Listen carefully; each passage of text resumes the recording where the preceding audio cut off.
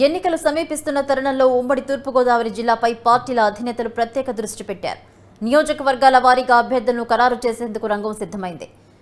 సర్వేలు ఆధారంగా కూడా ఆర్థిక సామాజిక సమీకరణాలను దృష్టిలో పెట్టుకుని అభ్యర్థులను ఎంపిక చేస్తున్నారు.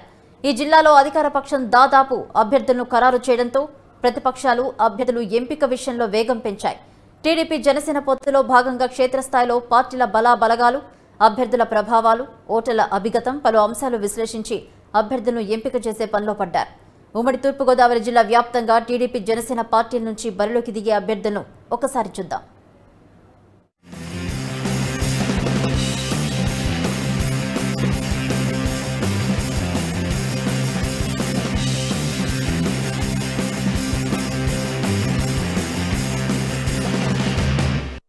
ఉమ్మడి తూర్పుగోదావరి జిల్లాలో 3 జిల్లాలుగా విభజించారు. ఒక్కో పార్లమెంట్ సెగ్మెంట్ ఒక్కో జిల్లాగా చేసుకుని కాకినాడ జిల్లా, తూర్పుగోదావరి జిల్లా, అంబేద్కర్ కోనసీమ జిల్లాగా విభజించారు. ఉమ్మడి తూర్పుగోదావరి జిల్లా వ్యాప్తంగా 19 నియోజకవర్గాల ప్రతిపక్ష పార్టీల అభ్యర్థుల పరిస్థితి చూస్తే కాకినాడ జిల్లాలో 7 అసెంబ్లీ స్థానాలు ఉన్నాయి. అందులో 3 నియోజకవర్గాల నుండి జనసేన, 4 నియోజకవర్గాల నుండి టీడీపీ పోటీ చేసే అవకాశం ఉంది.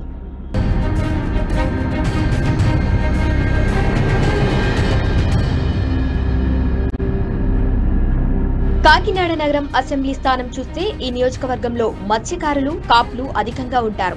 మత్స్యకార సామాజిక వర్గం నుండి మాజీ ఎమ్మెల్యే వనమాడి వెంకటేశ్వరరావు అలియాస్ కొండాబాబు టీడీపీ నుంచి టికెట్ ఆశిస్తున్నారు. అయితే కొండాబాబుపై టీడీపీలోనే కొంత కాపు వర్గం వ్యతిరేకంగా పనిచేసే అవకాశం ఉంది. అలా అని టీడీపీ తరపున కాపులకు ఇస్తే గెలిచే సామర్థ్యం ఉన్న నాయకుడు లేకపోవడంతో కొండాబాబుకే సీటు దక్కే అవకాశం ఎక్కువగా కనిపిస్తోంది. ఈ జిల్లాలో జనసేన బలంగా ఉన్న నియోజకవర్గాల్లో కాకినాడ ఒకటి. ఈ నియోజకవర్గంలో క్షేత్రస్థాయిలో జన సైనికులు బలంగా ఉన్నారు. అయినప్పటికీ నడిపించే సరైన నాయకుడైతే లేరనే చెప్పాలి. తోటా సుధీర్, ముత్తా శశిధర్ వీళ్ల పేర్లు వినిపించినప్పటికీ పోటీ పడేంత బలం వీళ్లకి లేదని విశ్లేషకులు అంటున్నారు. ఈ స్థానాన్ని టీడీపీకి కేటాయిస్తుందా లేక జనసేన తీసుకుంటుందా అనేది మాత్రం వేచి చూడాల్సిందే. మరి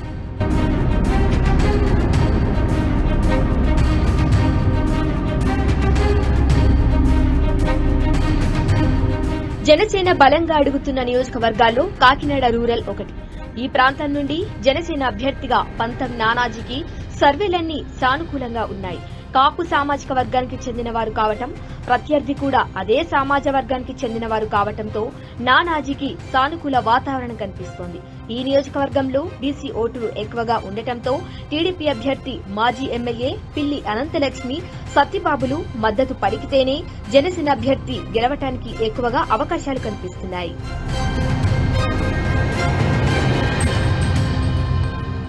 పిఠాపురం విషయానికొస్తే నియోజకవర్గం కాపు ప్రభావిత ప్రాంతంగా చెప్పవచ్చు. ఈ ప్రాంతం నుండి జనసేన అధినేత పవన్ కళ్యాణ్ పోటీ చేస్తారనే వార్త పెద్ద దుమారాన్నే లేపింది. అయితే ఈ నియోజకవర్గ జనసేనకు బలమైన క్యాడర్ ఉందనే సందేహమే లేదు. అయితే వారిని నడిపించే నాయకుడు మాత్రం లేరు. ఈ నియోజకవర్గం నుండి పవన్ కళ్యాణ్ పోటీ చేయకపోతే టీడీపీ అభ్యర్థి మాజీ ఎమ్మెల్యే ఎస్వీఎస్ఎన్ వర్మ బరిలో ఉన్నారు. వర్మకి కాపుల్లో కూడా మంచి మార్పులే ఉన్నాయి. అయితే ఈ నియోజకవర్గాన్ని జనసేన ఖచ్చితంగా అడిగే అవకాశం లేకపోలేదు. జనసేన ఇన్ఛార్జిగా తంగెళ్ల ఉదయ శ్రీనివాస్ గత కొద్ది కాలంగా జెండా పట్టుకుని తిరిగినప్పటికీ అంత ప్రభావం చూపించలేకపోయాడు. ఈ స్థానం జన సైనికుల మద్దతుతో టీడీపీకి వస్తే విజయం వైపు అడుగులు వేసే అవకాశం ఎక్కువగా ఉంది.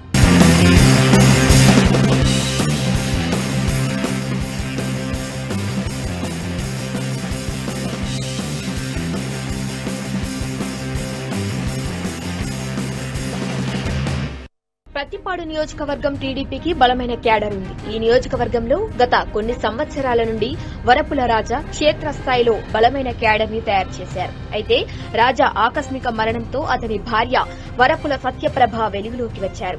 టీడీపీ నుండి వరపుల సత్యప్రభను బరిలోకి దింపేందుకు రంగం సిద్దం చేశారు. రాజా చేసిన పనులు, ఆయన ఒక్కసారిగా మరణించడంతో వచ్చిన సానుభూతి, దానికి తోడు సిట్టింగ్ ఎమ్మెల్యేపై ఉన్న వ్యతిరేకత టీడీపీ అభ్యర్థికి బలాన్ని చేకూర్చింది.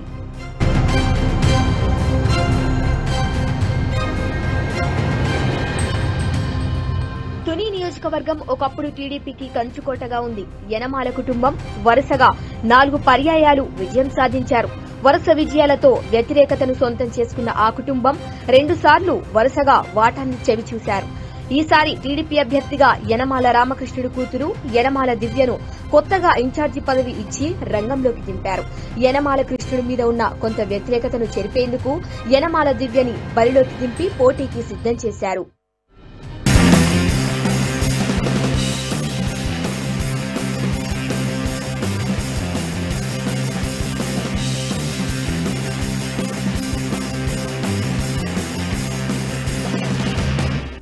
జగ్గంపేట నియోజకవర్గం పరిస్థితి చూస్తే ఈ నియోజకవర్గంలో టీడీపీ బలమైన కార్యకర్తలను కలిగి ఉంది. దానికి తోడు జ్యోతుల నెహ్రూకి బలమైన క్యాడర్ ఉండటంతో ఈ సీటును టీడీపీ తరపున జ్యోతుల నెహ్రూకి దక్కే అవకాశం కనిపిస్తోంది. ప్రస్తుతం YCP sitting MLA Jyothula Chantibabu ఎటు సైడ్ ఉంటాడా అనేది మాత్రం వేచి చూడాల్సిందే. మరి పెద్దాపురం నియోజకవర్గం నుండి గత 2 పర్యాయాలుగా టీడీపీ తరపున విజయం సాధిస్తున్న నిమ్మకాయల చినరాజప్పకు ఈసారి సీటు దక్కే టీడీపీకి అవకాశం ఉంది. టీడీపీ అధినేత చంద్రబాబు నాయుడు బహిరంగంగానే చినరాజప్పను గెలిపించాలని పెద్దాపురంలో చెప్పిన సందర్భాలు లేకపోలేదు. టీడీపీకి పెద్దాపురంలో క్షేత్రస్థాయి నుంచి క్యాడర్ ఉండటంతో గెలిచే అవకాశాలు కూడా కనిపిస్తున్నాయి.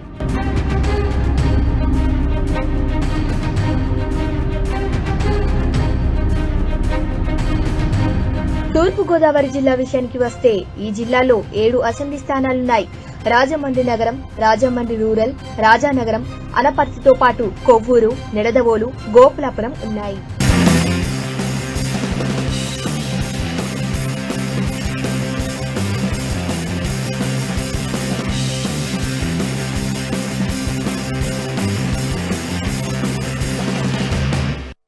గత ఎన్నికల్లో అంతటా జగన్ వేవ్ ఉన్నప్పటికీ రాజమండ్రి నగరం నుండి టీడీపీ అభ్యర్థి విజయం సాధించారు. ఈ నియోజకవర్గం నుండి సిట్టింగ్ టీడీపీ ఎమ్మెల్యేగా ఆదిరెడ్డి భవానీ ఉన్నారు. ప్రస్తుతం అదే కుటుంబానికి టీడీపీ సీటు దక్కే అవకాశం ఎక్కువగా కనిపిస్తోంది. ఆదిరెడ్డి భవానీకి గాని అతని భర్త ఆగిరెడ్డి వాసుకి గాని ఈ సీటు దక్కే అవకాశం ఉంది. గత కొద్ది కాలం క్రితం కొన్ని కారణాల దృష్ట్యా మాజీ ఎమ్మెల్సీ ఆదిరెడ్డి అప్పారావును ఆదిరెడ్డి వాసులను అరెస్టు చేశారు. ఆ పరిస్థితిలో ఆ కుటుంబం కొంత సానుభూతిని సొంతం చేసుకుని బలంగా తయారైంది. నియోజకవర్గంలో జనసేన ప్రభావం అంతగా ఉండదు. క్షేత్రస్థాయిలో జన సైనికులు ఉన్నప్పటికీ నడిపించే సరైన నాయకుడు లేడు.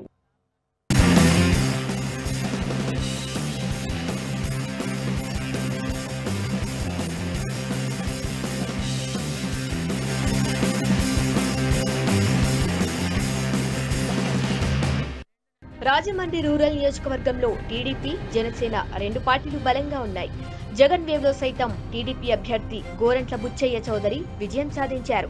జనసేన పార్టీకి ఇదే నియోజకవర్గం నుండి ఉమ్మడి తూర్పు గోదావరి జిల్లా అధ్యక్షుడు కందుల దుర్గేష్ ప్రాతినిధ్యం వహిస్తున్నారు. ఈ నియోజకవర్గంలో జనసేన క్షేత్రస్థాయిలో బలంగా ఉండటంతో ఈ స్థానం నుండి జనసేన పోటీ చేసేందుకు రంగం సిద్ధం చేశారు. పొత్తులో భాగంగా జనసేన మొదటిలోనే కొన్ని స్థానాలు ఖచ్చితంగా మాకు కేటాయించాలని కోరినట్లు సమాచారం. అందులో రాజమండ్రి రూరల్ నియోజకవర్గం ఒకటి. రాజమండ్రి రూరల్ నుండి ఖచ్చితంగా కందుల దుర్గేష్ కు ఇచ్చే అవకాశం ఎక్కువగా కనిపిస్తోంది.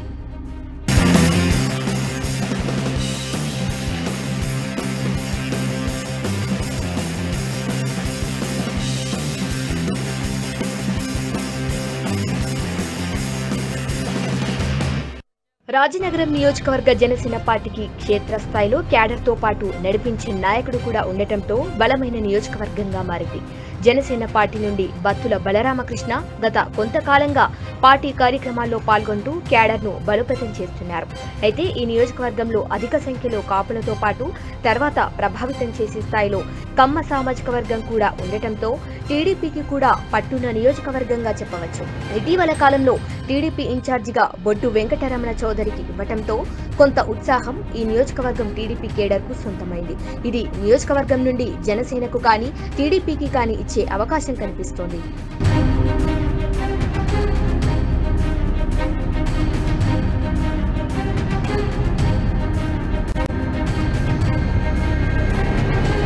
అనపర్తి నియోజకవర్గంలో గత కొన్ని సంవత్సరాల నుంచి టీడీపీకి బలమైన క్యాడర్ క్షేత్రస్థాయిలో ఉంది. ఈ నియోజకవర్గం నుండి నల్లమిల్లి రామకృష్ణారెడ్డికి టీడీపీ అభ్యర్థిగా సీటు దక్కే అవకాశం ఉంది.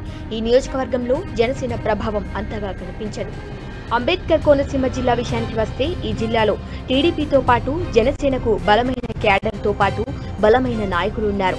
రెండు పార్టీల అధినేతలకు ఈ జిల్లా నుండి సీట్ల పంపకం అత్యంత కీలకంగా మారనుంది. ఈ జిల్లాలలో అమలాపురం, పీగన్నవరం, రాజోలు, కొత్తపేట, మండపేట, రామచంద్రపురం, ముమ్మిడవరం 7 అసెంబ్లీ స్థానాలు ఉన్నాయి. అమలాపురం నియోజకవర్గం పరిస్థితి చూస్తే అమలాపురం నియోజకవర్గంలో రెండు పార్టీలకు భిన్న పరిస్థితులున్నాయి. టీడీపీ నుండి ఐత బత్తులు, ఆనందరావు, పడమట శ్యాము ఇద్దరు అభ్యర్థులు సీటు దక్కించుకునేందుకు ప్రయత్నాలు చేస్తున్నారు. జనసేన పార్టీ నుండి శెట్టి బత్తుల రాజాబాబుతో పాటు గత ఎన్నికల్లో జనసేన పార్లమెంట్ అభ్యర్థిగా పోటీ చేసిన డిఎంఆర్ శేఖర్ పోటీ పడుతున్నారు. ఇటు టీడీపీ అటు జనసేన ఎవరికి చీటీ ఇచ్చినా ఈ నలుగురిలో ఒక్కరికి దక్కే అవకాశం కనిపిస్తోంది. మిగిలిన ముగ్గురు అభ్యర్థులు సపోర్ట్ చేస్తేనే అమలాపురం నియోజకవర్గంలో టీడీపీ కానీ జనసేన కానీ విజయం అందించే అవకాశం కనిపిస్తోంది. ఈ నియోజకవర్గంలో అధినేతలు ఏ అభ్యర్థి వైపు చూస్తారో, ఎవరికి పట్టం కడతారో వేచి చూడాల్సిందే మరి.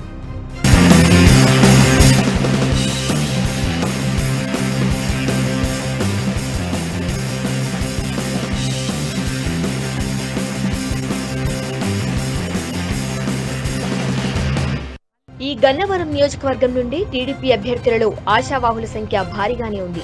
అందులో మందపాటి కిరణ్, బోండాడ నాగమణి, మేక ఆనంద్ సాగర్ గత కొన్ని సంవత్సరాల నుంచి టీడీపీ జెండా పట్టుకుని పార్టీ కార్యక్రమాల్లో బలంగా తిరుగుతున్నారు. ఈ నియోజకవర్గంలో టీడీపీకి బలమైన కేడర్ ఉన్నప్పటికీ వారిని నడిపించి ప్రభావితం చేయగల నాయకుడు అంతగా లేరనే చెప్పాలి. అయితే పక్క నియోజకవర్గానికి చెందిన మాజీ మంత్రి గొల్లపల్లి సూర్యారావు కూడా టీడీపీ సీటు దక్కే అవకాశం ఉంది. ఈ నియోజకవర్గంలో జనసేన పార్టీ అంతగా ప్రభావం చూపే అవకాశం లేదు.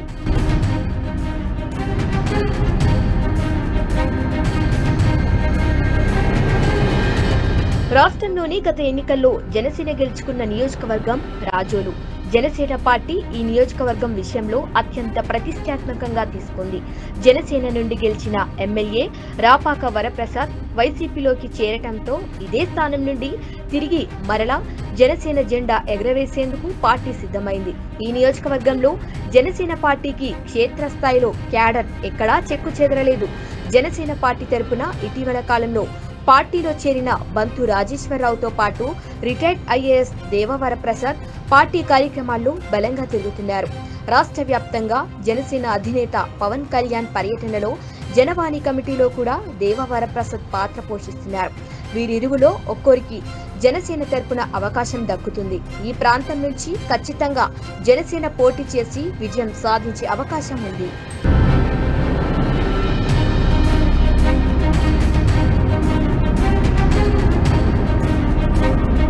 కొత్తపేట నియోజకవర్గ విషయానికి వస్తే ఈ ప్రాంతంలో రెండు పార్టీలు బలంగా ఉన్నాయి. టీడీపీ అభ్యర్థిగా మాజీ ఎమ్మెల్యే బండారు సత్యానందం ఉండగా అతని తమ్ముడు జనసేన పార్టీ నుండి బండారు శ్రీనివాసు ప్రాతినిధ్యం వహిస్తున్నారు. ఈ నియోజకవర్గంలో ఇద్దరు కలిసి ఒకే పార్టీ తరపున పనిచేస్తే ఖచ్చితంగా విజయం సాధిస్తారు.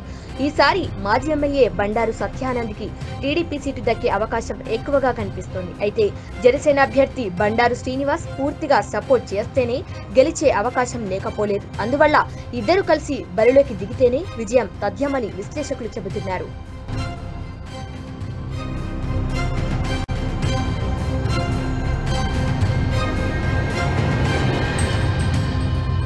మండపేట విషయానికొస్తే ఈ ప్రాంతం నుండి రెండు పర్యాయాలు టీడీపీ వేగుళ్ల జోగేశ్వరరావు విజయకేతనం ఎగరవేస్తున్నారు.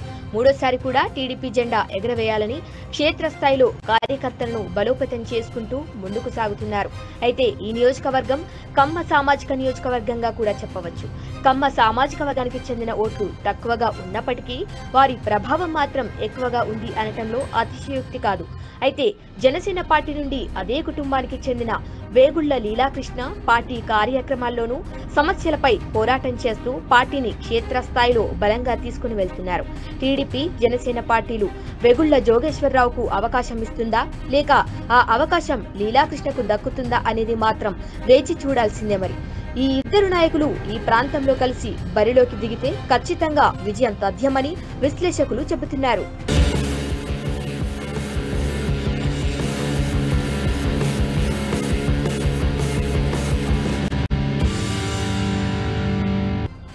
రామచంద్రపురం నియోజకవర్గంలో టీడీపీ జనసేనకు సరైన ఇన్ఛార్జీలు లేక క్యాడర్ ఉన్నప్పటికీ పార్టీలు ఇబ్బందులను ఎదుర్కొంటున్నాయి. టీడీపీ నుండి నియోజకవర్గ ఇన్ఛార్జిగా రెడ్డి సుబ్రహ్మణ్యం ఉన్నప్పటికీ పార్టీ కార్యక్రమాల్లో అంతగా ప్రభావితం చేయలేకపోయారు.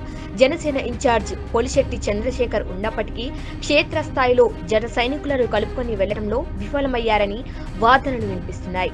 ఇటీవల కాలంలో జనసేన పార్టీ నుండి మాజీ ఎమ్మెల్సీ చిక్కాల రామచంద్రరావు కుటుంబం నుండి చిక్కాల దొరబాబు జనసేన పార్టీలో చేరి పార్టీ కార్యక్రమాలను నియోజకవర్గ సమస్యలపై తిరుగుతున్నారు.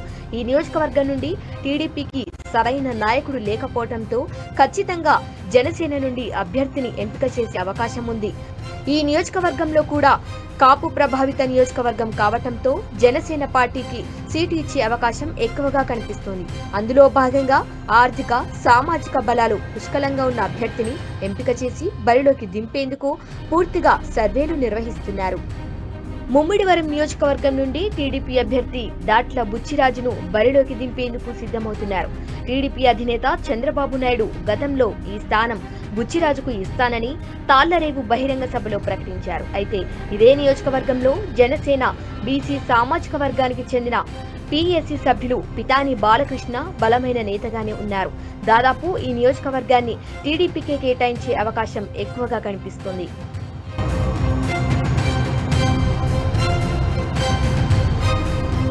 అల్లూరి సీతారామరాజు జిల్లాకు చెందిన రంపచోడవరం నియోజకవర్గం టీడీపీ అభ్యర్థిగా వంతల రాజేశ్వరి మాజీ ఎమ్మెల్యే పార్టీ కార్యక్రమాల్లో గట్టిగానే తిరుగుతున్నారు.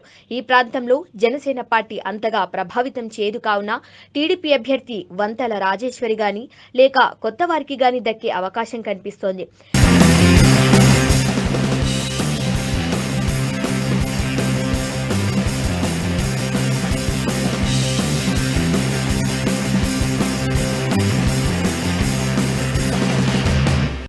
టీడీపీ జనసేన పొత్తులో భాగంగా రెండు పార్టీలు ఏ ప్రాంతంలో ఏ అభ్యర్థి బలంగా ఉన్నారు, ఏ ప్రాంతంలో ఏ పార్టీ బలంగా ఉందో పూర్తి స్థాయిలో సర్వేలు నిర్వహించి అభ్యర్థుల నిర్ణయాన్ని అధినేతలు తీసుకున్నారు. ఈ అభ్యర్థులలో ఎవరికి అవకాశం దక్కుతుందో, ఎన్నికల బరిలో ఎవరు ఉండబోతున్నారు అనేది వేచి చూడాల్సిందే మరి.